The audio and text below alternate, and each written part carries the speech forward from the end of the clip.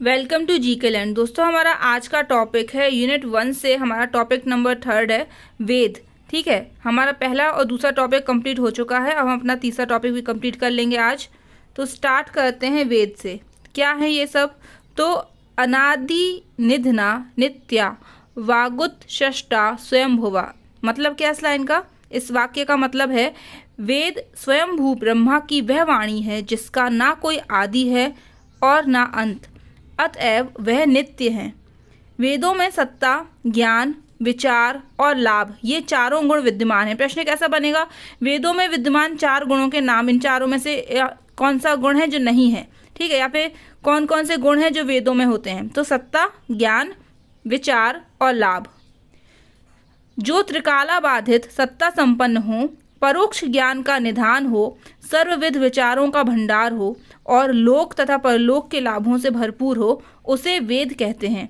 यही वेद का संक्षिप्त अर्थ है। मीन्स आंसर राइटिंग के हिसाब से परिभाषा। उसके बाद में क्या कि भारत का सर्व प्राचीन धर्म ग्रंथ वेद है।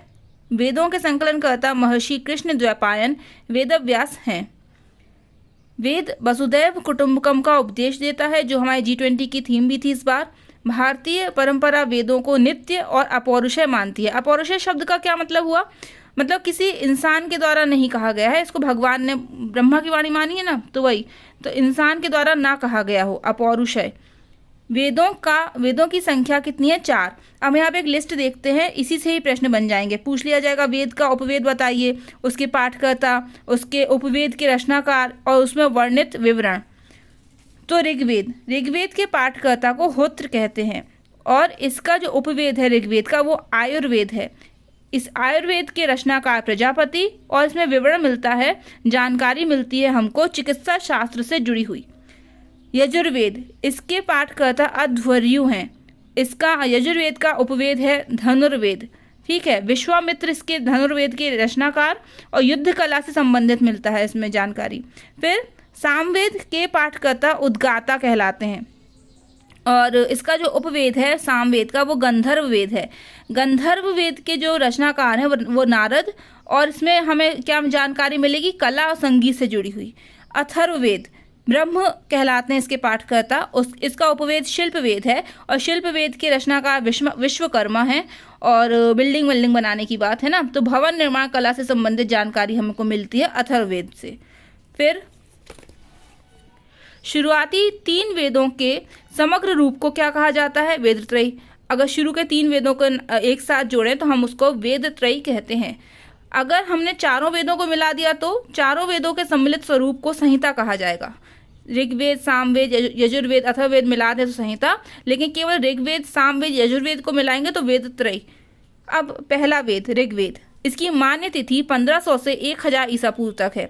इसकी परिभाषा है कि ऋचाओं के क्रमबद्ध ज्ञान के संग्रह को ही ऋग्वेद कहते हैं। ऋग्वेद में क्या है? तो 10 मंडल, 10 28 सूक्तियाँ और 10 46 2 ऋचाएँ हैं।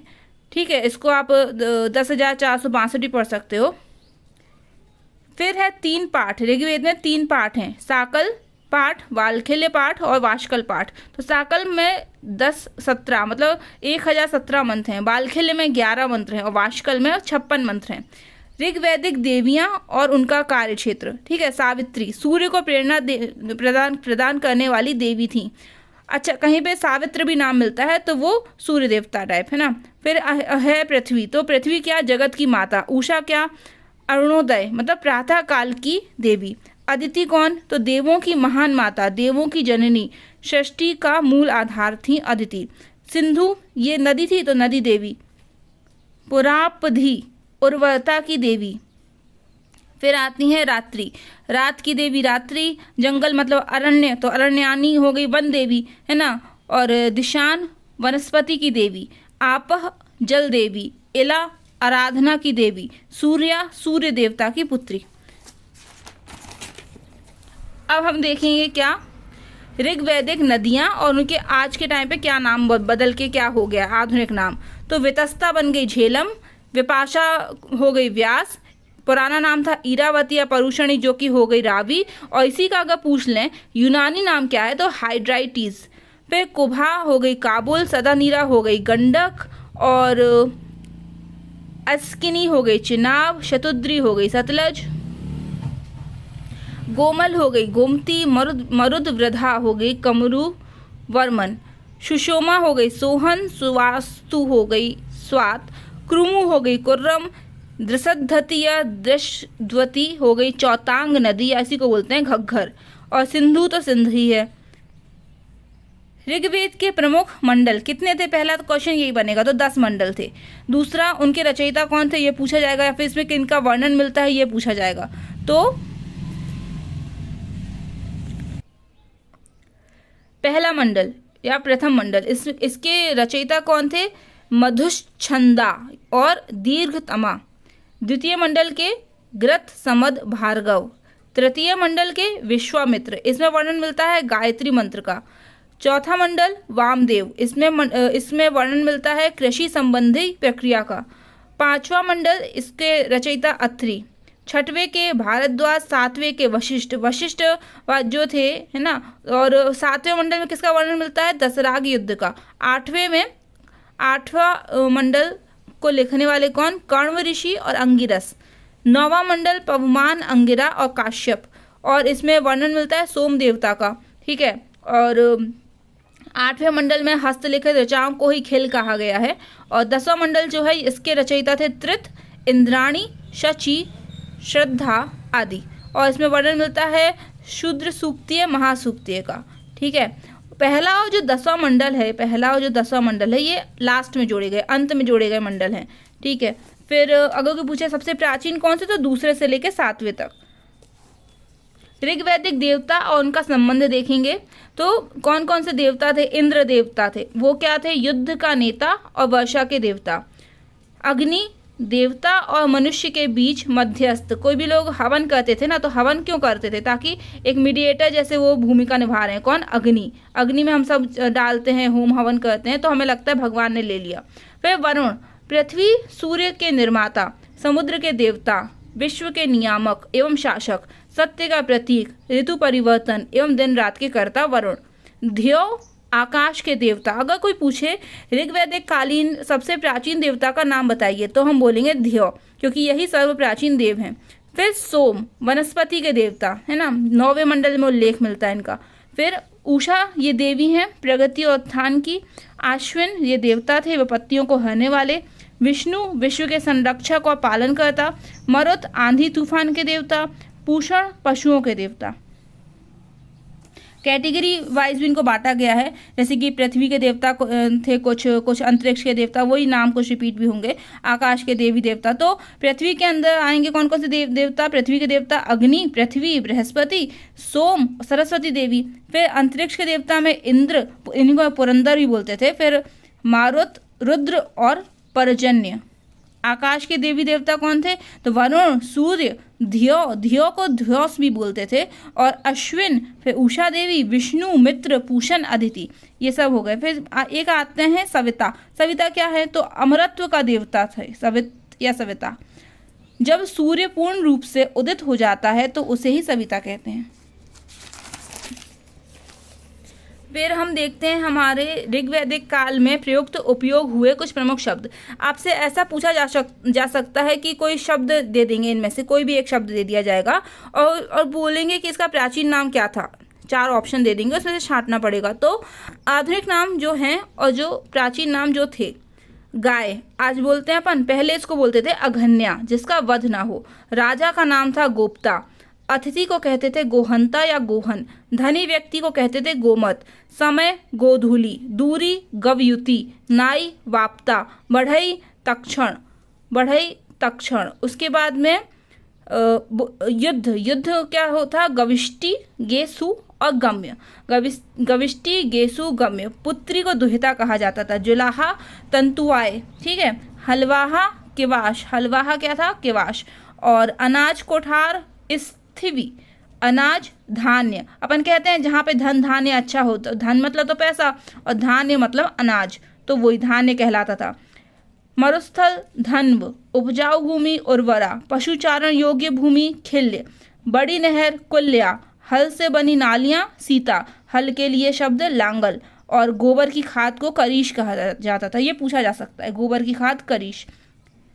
ऋग्वेद का जो उपवेद है आयुर्वेद है, पाठकथा होत्र, लेकिन इसके ब्राह्मण ग्रंथ क्या है तो वो है ऐत्रेय और कौशिकी। ये पूछा जा सकता है, इंपॉर्टेंट है। इसके बाद क्या कुछ एक्स्ट्रा फैक्ट, जैसे कि ऋग्वेद में वर्णित विदुषी स्त्रियों के नाम बताइए, कौन कौन सी थी? तो लोपामुद्रा, घोषा, सिक्ता, आपला, गार्गी, विश्वास, है ना, ये थी। गार्गी ने ही याज्ञवल्क्य को वाद विवाद की चुनौती दी थी। फिर एक और वाक्य है, वो है अस्तो मा सदगमय। ये वाक्य कहाँ से लिया गया है? ऐसा सीधा एक प्रश्न बनेगा तो उसका हम सीधा उत्तर बता देंगे कि ये वाक्य ऋग्वेद से लिया गया है। उसके बाद में ऋग्वेद हिंद यूरोपीय भाषाओं का प्राचीनतम और पवित्र ग्रंथ है।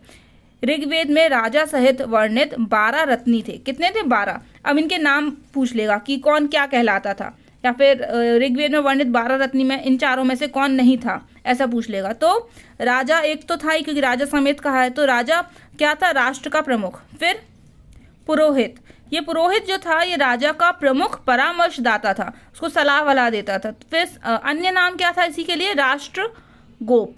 इसके लिए अन्य नाम जो था वो था राष्ट्रगोप। और वशिष्ठ हो गए और विश्वामित्र हो गए, ये दोनों क्या थे? वशिष्ठ रूढ़िवादी पुरोहित थे और विश्वामित्र उदारवादी। सेनानी, सेनाध्यक्ष, सेना का प्रमुख कहलाता था। ग्रामीण, ग्राम का सैन्य पदाधिकारी। और क्या कि महिषी, मुख्य रानी, ये राजा की पत्नी होती थी। सूत, राजा का साथी, न्यायालय मंत्री होता था। ऋग्वेद में किसी तरह के न्यायाधिकारी का उल्लेख नहीं मिलता है। जो हमें न्यायालय मंत्री मिला है, लेकिन न्याय अधिकारी का उल्लेख नहीं मिला है। सूत क्या था? एक न्यायालय मंत्री था, लेकिन अधिकारी नहीं था। एक छत्री क्या कहलाता था? प्रतिहार, मतलब छत्री कहलाते थे। प्रतिहार मतलब राजमहल का आप एक बड़ा अफसर समझ सकते हैं उसको। संग्रहित या संग्रहित्री, ये थे कोषाध्यक्ष। भागदुघा, राजस्व समाहर्ता, टैक्स वसूलने वाले, कर एकत्र करने वाला अधिकारी था भागदुघा, ये पूछा जा सकता है। फिर अक्षवापा, लेखापाल, है ना, तो अक्षवापा कहलाता था। और लेखापाल होता था ये, लेखा अधिकारी आप समझ सकते हो। फिर गोविकृत या गोविन करताना, ये क्या था? तो ये वन का अधिकारी या वन का रखवाला कहलाता था। पाला गला, या फिर इसको बोल सकते हैं पलगाला, ये था संदेशवाहक कहलाता था, मैसेंजर, है ना, और संदेश लाता था राजा के लिए, तो एक हिसाब से राजा का मित्र भी कहलाया। अन्य अधिकारी कौन थे? तो अन्य अधिकारी थे पुरप, स्पर्श, वाजपति, उग्र और पणि। अब ये पुरप क्या था? ये दुर्गपति था। स्पर्श मतलब स्पाई, आप याद रख सकते हो, स्पर्श स्पाई, जासूस, है ना, गुप्तचर। वाजपति गोचर भूमि का अधिकारी। उग्र अपराधियों को पकड़ने वाला। पणि व्यापार के लिए दूर दूर तक जाने वाला व्यक्ति। अब जो व्यक्ति व्यापार के लिए दूर दूर तक जाएगा उसको पानी तो प्यास लगेगी ना, तो पणि पानी, ऐसा आप याद रख सकते हो। उसके बाद क्या?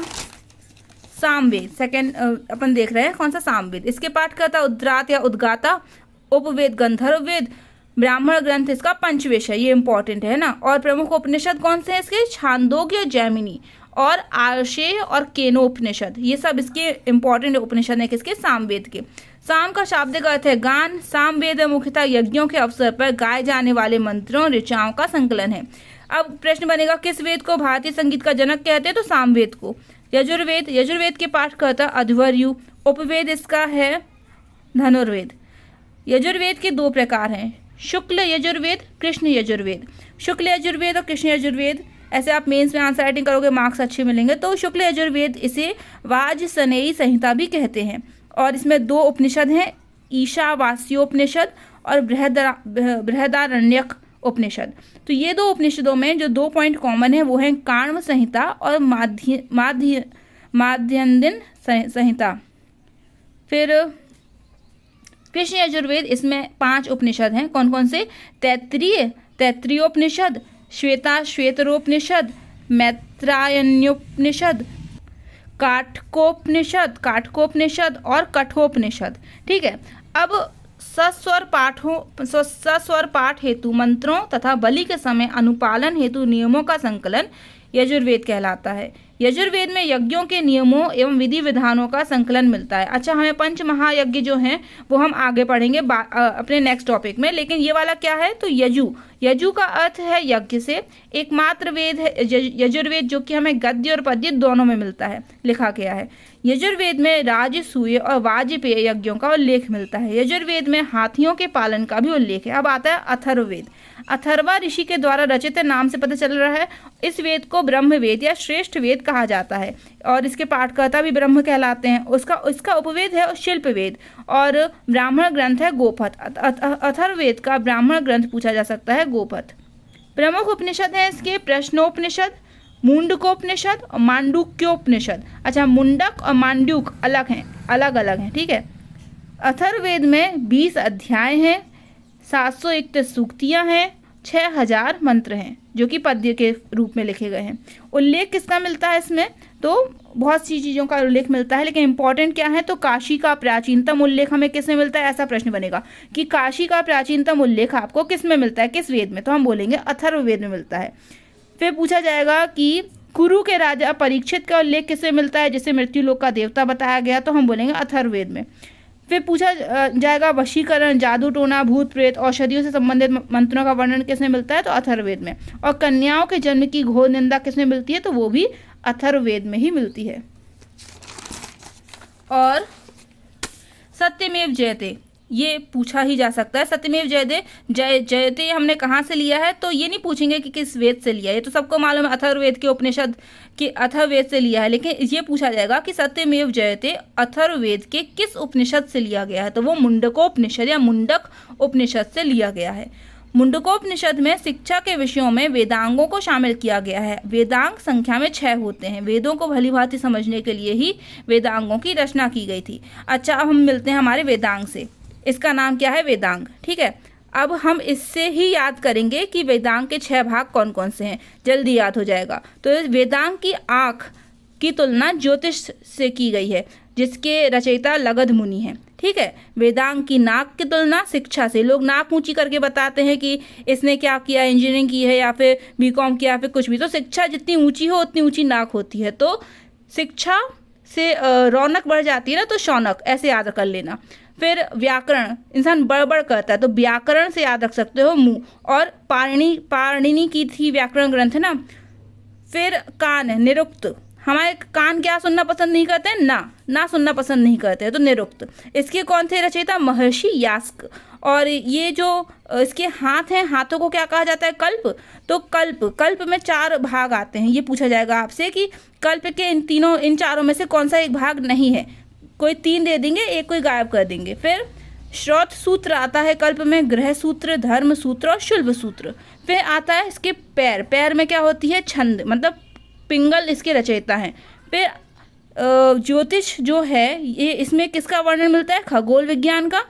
जो आँख थी इसकी, शिक्षा में ध्वनि शास्त्र का, व्याकरण से व्याकरण ग्रंथ का, निरुक्त से व्युत्पत्ति शास्त्र का, कल्प से धार्मिक आचार शास्त्र और छंद से माप सिद्धांत का वर्णन मिलता है। Okay, thank you friends, bye.